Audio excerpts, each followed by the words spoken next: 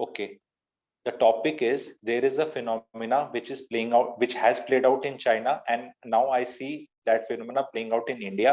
And उससे real estate market पे क्या फर्क पड़ेगा? And I will tell what is that phenomena. It's a very interesting topic, and all those people who are seeing it as recorded at some point of time should see this full video to get and take their takeaways. ठीक है? So what happened in China? China में one child policy बहुत साल से थी, 80s के बाद जब स्टार्ट हुई। उस पॉलिसी में क्या हुआ, उन बच्चों के ना तो मामा था, ना बुआ थी, ना मासा था, ना चाची थी, बहुत रिश्ते ही खत्म हो गए। क्योंकि अगर आपका एक ही बच्चा है और वो बड़े जैसे हो रहे हैं तो उनके अब वो रिलेशंस नहीं रहे। ठीक है, तो उससे व्हाट हैज हैपेंड, एक फिनोमेना ये था कि नॉर्मली दो बच्चे भी करते थे जैसे जो, तो वही पुरुष प्रधान वाला काम है, लड़का वाला जो जैसे इंडिया नॉर्थ इंडिया के अंदर चाहता है। एंड वो इंडिया में कैसे प्ले आउट होगा बता रहा हूँ। तो पहली बेटी होगी तो लोगों ने फिर भी दूसरा बेटा करने की कोशिश करी, जहां पहला बेटा हो गया वहां बच्चा हुआ ही नहीं दूसरा, क्योंकि बेटे की चाहत रही। ठीक है, एंड ये इस पे पूरी रिसर्च और डेटा है, चाइना पे पूरा है, मैं इंडिया का उसको एक्स्ट्रापोलेट कर रहा हूँ, that is my contribution, and then I am going to link it up with real estate in India. Now what happened, historically people were incentivized to have sons in this part of the world. ठीक है, China is one example, India, northern India specially is one example. लड़कियों को liability समझा जाता था, क्योंकि लड़कियां को शादी में दहेज देना है, शादी में खर्चा करना है। तो this was the trend. And India में जो सेक्स रेशियो है इट इज 930 पर 1000 मेल्स, तो it is a very bad sex ratio. I will explain to you how. जब जब बहुत साल पहले, 100 साल पहले इंडिया में the sex ratio was better. आजादी के बाद और जब हम काफी ठीक इकोनॉमी में भी हो गए हैं, हालात ठीक हो गए हैं, ये बढ़ नहीं रहा है। So there is no link in the prosperity and the sex ratio improving. Ideally the sex ratio should be 50-50, but हमें पता है औरतें आदमियों से ज्यादा जीती हैं, सबको पता है। तो sex ratio should actually be females more and male less. ने अगर नेचर को देखें तो अगर 100,000 आदमी है तो औरतें 1050 होनी चाहिए, क्योंकि वो जीती ज्यादा है।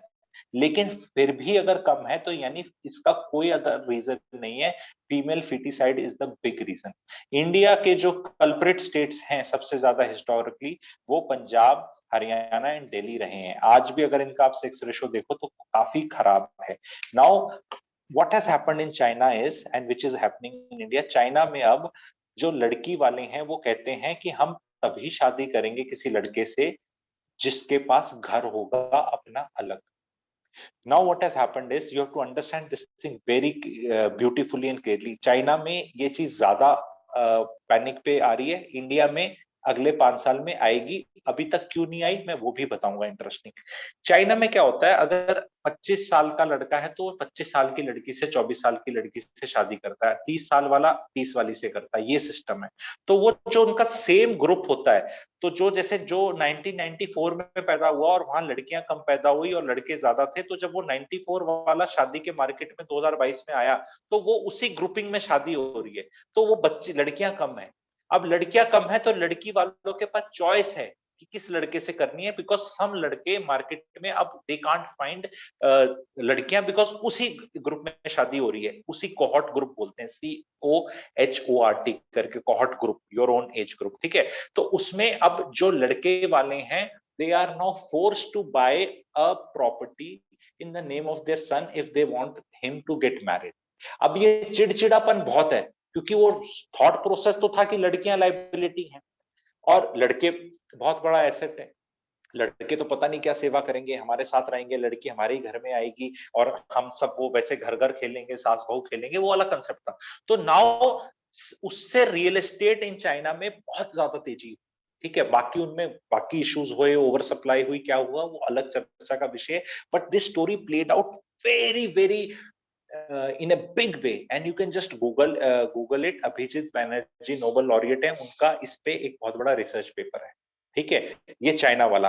Now I am leaving China and coming to India now. ठीक है, इंडिया में जो शादी के मार्केट में आज के दिन आ रहे हैं लड़का लड़की, they are people who have been born let's say between 1992 to 1997 का लेके चलेंगे। ठीक है, तो अगर 1992 और 1997 में सेक्स रेशियो वाज आउट, उस टाइम पे पीक थी, ये सेक्स चेक करा लेते थे, कानून आया नहीं था, गवर्नमेंट इतनी स्ट्रिक्ट हुई नहीं थी, एंड थिंग्स समाज उस तरह का था, तो अब वो जो बच्चे आ रहे हैं तो उसमें लड़के जो हैं वो ज्यादा हैं, लड़कियां कम है। पर इंडिया में क्या होता है, इंडिया में लड़की 4 5 6 साल छोटी से भी शादी कर लेते हो आप, तो उतना पैनिक अभी नहीं दिख रहा, बिकॉज अगर जो 27 साल वाला है उसकी 27 वर्षीय लड़की कम मिल रही है, उससे शादी नहीं हो पा रही, तो 26 वाले से कर लेता है, 26 नहीं तो 25, 25 नहीं तो 24, 23, 22 तक जा सकता है। आप इंडिया के उसमें देखेंगे, अभी भी आप लोग अपनी एज ग्रुप भी देख लें, जिन जिनकी शादी हो रखी है, औरतें आदमियों से 1 साल 2 साल 3 साल 4 5 6 7 साल तक भी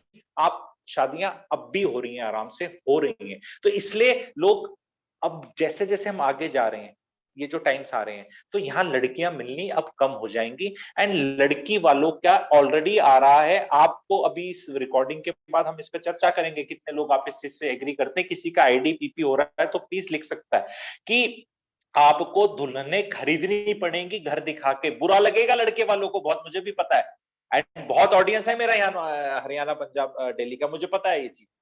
एंड वो कहेगा ये गलत, भाई गलत तो अब यही होता है समाज में, जो हजारों साल से चीजें गलत चल रही हैं, जब वो रिबाउंड करती है तो ऐसे ही होता है। अब लड़के वालों को लड़के अपने बेटे लाइबिलिटी नजर आने लगे, ये नौकरियां इतनी ग्रेट है नहीं। This will all play out in real estate. जिसने अपने लड़के के नाम पे अलग से ले लिया, उसके लड़के की शादियों की तनख्वाहें सबकी 30 40 हजार रुपए ऐसी होंगी, लड़कियां भी नौकरी कर रही हैं।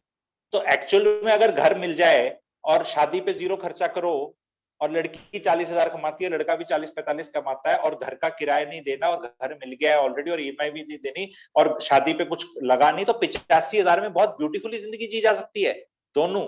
क्योंकि उनको कुछ करना ही नहीं, एक आधी कार दे दी उनको गिफ्ट में, शादी में खर्चा किया जीरो, बोला कि भी ये फ्लैट दे रहे हैं। अब लड़के वाले कहेंगे हम तो कुछ खर्चा कर नहीं रहे, अब लड़की वाले कह रहे चलो हम थोड़ा कुछ कार दे देते हैं। घर घर घर घर में हो सकता है the best case scenario is कि लड़के वाला भी थोड़ा पैसा दे दे, लड़की वाली भी थोड़ा दे दे, थोड़ा लड़का लोन ले ले, थोड़ी लड़की लोन ले ले, तो घर हो गया। घर कोई आपको 1 करोड़ 1.5 करोड़ 2.5 करोड़ का जरूरत नहीं है, अफोर्डेबल हाउसिंग भी चलेगी, दीनदयाल भी चलेगा, depending on which set of society you have, which how much of money you have got. But this desire of ladki and ladki walas to stay in a independent unit then from the stars is so high, and it is playing out very very rapidly.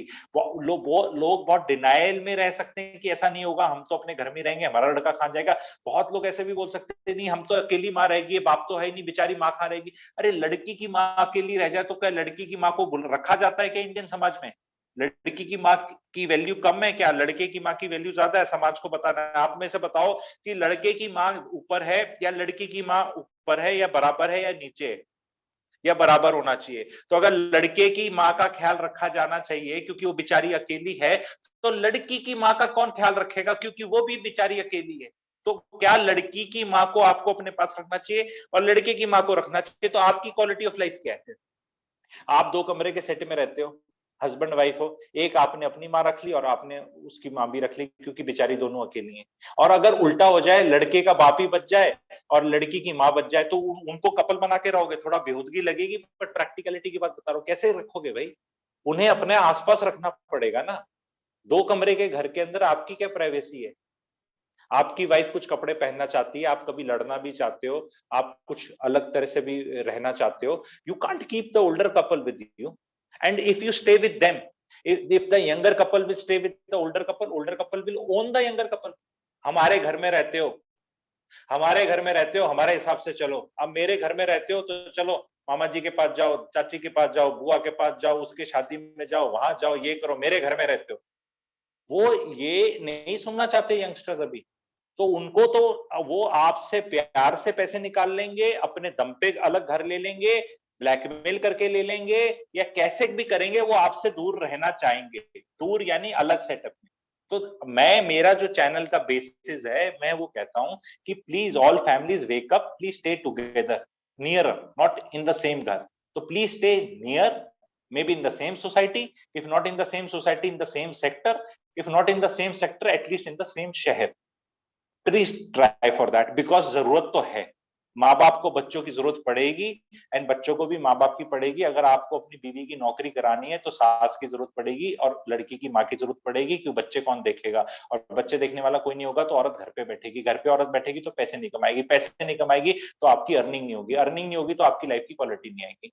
और बच्चे को पालने के लिए 25 साल के लिए नहीं चाहिए सास और माँ, वो एक छोटा सा फिनोमेना होता है 6 7 8 साल का। जो बच्चा 2 साल की डिपेंडेंसी होती है, बच्चा 7 साल में खुद नहा लेता है, सब कुछ अपना काम कर लेता है, पढ़ाई वढ़ाई भी करने लग जाता है, तो उसकी डिपेंडेंसी कम होती जाती है। तो एक छोटे से पीरियड में अगर आप हेल्पफुल हैं अपने माँ बाप के लिए और माँ बाप आपके लिए हेल्पफुल है, तो लाइफ बड़ी सुकून तरह से जी जा सकती है। पेरेंट्स अपने 52 53 साल से 65 साल तक खूब हेल्प कर सकते हैं अपने बच्चों की, और उनकी खुद की हेल्थ खराब नहीं हो रही। पर वो मैं देखता हूँ नहीं करते बहुत लोग।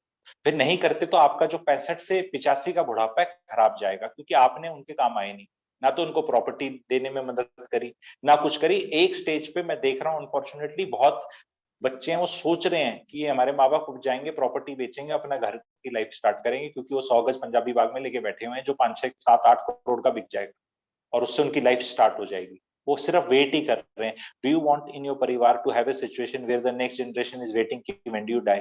They don't tell you on your face, but this is how it is. Because you are not understanding this phenomena of real estate, that the younger generation wants an independent unit. They are not asking for something extremely very great, but the time cycle ऐसा आ गया unfortunately कि जो salaries हैं वो starting salaries इतनी ज्यादा नहीं है। कोई औकात वो बच्चा जिसकी 40-50 हजार सैलरी है, वो अफोर्डेबल का जो 30 लाख की 28 लाख की अफोर्डेबल आती है, जिससे सस्ती कुछ नहीं है दिल्ली एनसीआर में, 28 लाख अफोर्डेबल से सस्ता कुछ नहीं है। अगर उसकी सेविंग्स 28,000 रुपए की भी महीने की हैं, जो कि बहुत मुश्किल है 45,000 रुपए की तनख्वाह में 28,000 रुपए की सेविंग निकालना, इट्स नॉट इजी, बट मान भी लिया कि 17,000 में जी रहा है वो, तो 28,000 की सेविंग्स भी उसकी 100 महीने की तनख्वाह के बराबर है affordable housing, which is beyond him, because we know that 70 महीने की savings is like your budget, about 70 75 80 on the higher side. जब बबल मार्केट हो जाता है, जब वो मैंने साइकिल जो समझाया था पिछली उसमें आप लोगों को, पिछला जो मेरा टॉपिक था, तो उसमें 120 महीना is like maximum. So then real estate will start stagnating, and then the wages will start catching up, and it will be a 4 5 year 6 year stagnation. So for that guy who is 45-50 हजार की salary वाला, for him the affordable is at this end, ठीक है। So the previous generation has to help, there is no choice. अब वो कहेंगे नहीं हमारी किसने करी थी, भैया आपकी नहीं करी थी उस टाइम पे, ये साइकिल डिपेंड करता है ना आप किस साइकिल में नौकरी पकड़े थे। There are lot of people who join the workforce when the real estate is coming off a 8 year down period, and they suddenly get into job, and then they are at the best affordability and they buy a house, and then वो rocket लग जाता है, and then वो लोगों को स्टोरियां सुनाते हैं। कई लोग होते हैं जो घुसते ही पीक पे खरीद नहीं सकते, फिर वो प्लेटू आउट करने लगता है, फिर उनको समझ नहीं आता है या वो गलत जगह फंस जाते हैं। क्योंकि जैसे जैसे ये स्टोरी पीक आउट करती है, भाई it is important to understand real estate cycle is, because towards the fag end of it situation will be such कि सब फंसेंगे, डेवलपर भी फंसेगा, खरीदने वाला भी फंसेगा। हमेशा पार्टी हमेशा क्रैश से ही खत्म होती है। जब बिल्डर जब बिल्डर खुद प्लॉट इतना महंगा लेने लग जाए कि जस्टिफाइड नहीं होता, फिर उस महंगे प्लॉट पे वो और महंगी मार्जिन लगा के अपनी चीज बेचे जो मार्केट में बिकती नहीं है, और फिर ब्याज का मीटर डाउन होता है और फिर वो चीज आगे चल नहीं पाती, तो फिर सब ऐसे ठन ठन गोपाल एनसीएलटी प्रोसीडिंग स्टार्ट हो जाती। This is how always it pick. तो जब भी आपका ये ट्रेंड है, ये जो मैंने बताया, ये तो इसके इस पोर्शन में तो घुसना ही नहीं चाहिए। then it is risky because any product launched here will not see। अब जब यहाँ पे प्रोडक्ट लॉन्च हो रहे हैं तो लोग कह रहे हैं पता नहीं बनेंगे नहीं बनेंगे क्या होगा, अरे यहाँ तक तो सब पार्टी चलेगी अच्छी, सब बनेगा सब मिलेगा सब होगा। फिर जब लोग कॉन्फिडेंट हो जाएंगे ये तो सब मिल रहा है बन रहा है, ये तो हाथ से निकल रही है, तो आखिरी बंदा जब डलता है 80 से 100 का जब ट्रेंड पहुंचने वाला होता है, तो वो वाले ट्रेंड पे इट इज रेड फ्लैग। फिर कहां कौन फंसेगा क्या होगा, क्योंकि फिर वो 7 8 साल का साइकिल फिर प्ले आउट करता है। हमेशा ही ऐसे होता है, हमेशा ही ऐसे होगा। अभी रियल एस्टेट में ये जो फिनोमिना है, अब मैं आई विल स्टॉप रिकॉर्डिंग, ठीक है, अभी I will stop recording and you